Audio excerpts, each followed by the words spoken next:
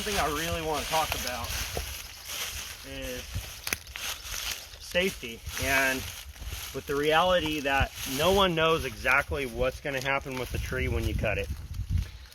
So even though I have some experience cutting trees, every tree reacts differently, and honestly, I've never bored into this to see how much wood I've got. I might have a lot of solid wood in here, but I might start cutting on this thing and it could settle instantaneously. So I myself am not going to be overly confident. I'm going to approach this one carefully, methodically, thinking it through. I'm going to get my face cut in here. I'm going to bore in, and once I start coming back towards the back here, I'm going to start supporting the tree on this side, especially with wedges, because there's more weight hanging on this side here. I'm going to support it, hopefully, to keep it from binding my saw. Again, I'm going to be watching, I'm going to be listening, and I'm going to just be very observant as to what's going on here. And I need to be ready to move. Now, they always say that you should exit the way it's falling at like a 30-degree angle. So I'm going to be cutting from this side right here, I believe. Yes, I'm going to be cutting from here. And so my exit is that way. But I need to be aware that I might need to exit. I might need to exit somewhere else depending upon what's happening. I shouldn't have to wedge this thing over. I'm not going to have to wedge this thing over. Once I start cutting it, this thing's going to go. But it's just a matter of me staying out of the way.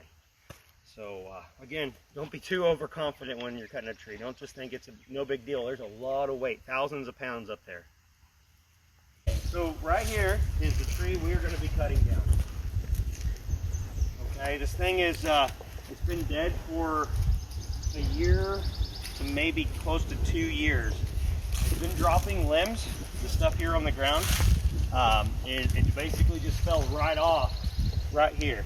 So before we cut this, I'm going to go ahead and I'm going to clean this up a little bit, because when you're cutting a tree, you want to have clear paths of escape all around the tree, depending upon, well, you just need to have a clear path to leave. So this tree right here, all the weight is leaning this way. I think it's hollow. I think it's punky. So I'm going to try very carefully to, I'm going to notch this thing on its face. I'm not going to go real deep. I'm going to kind of explore and see how solid the tree is as I notch it. And then this is a tree that's absolutely a candidate for a bore cut, plunge cut,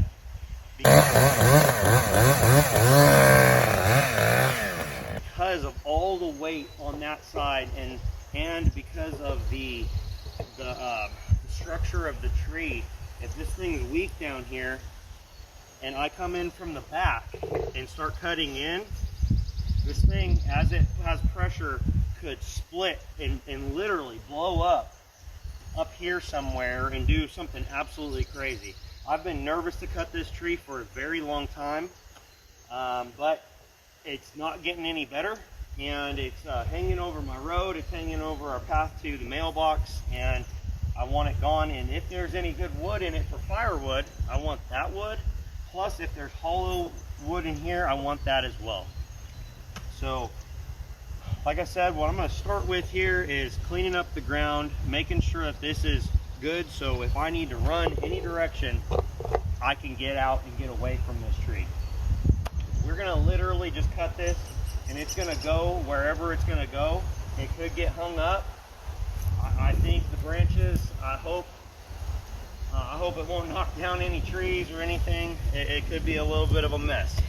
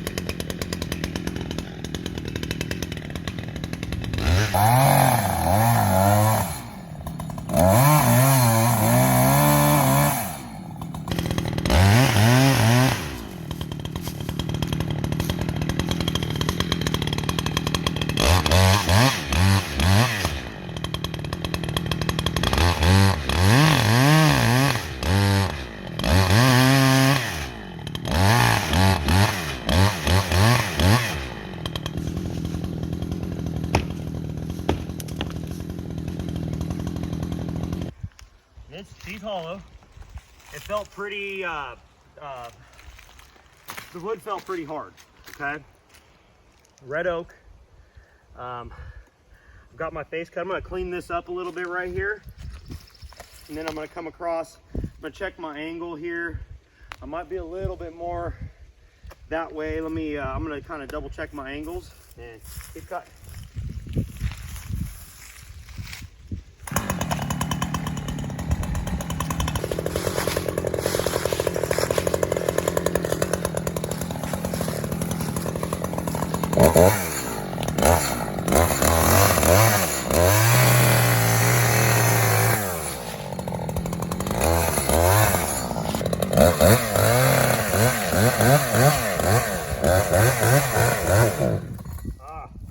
On and off switch.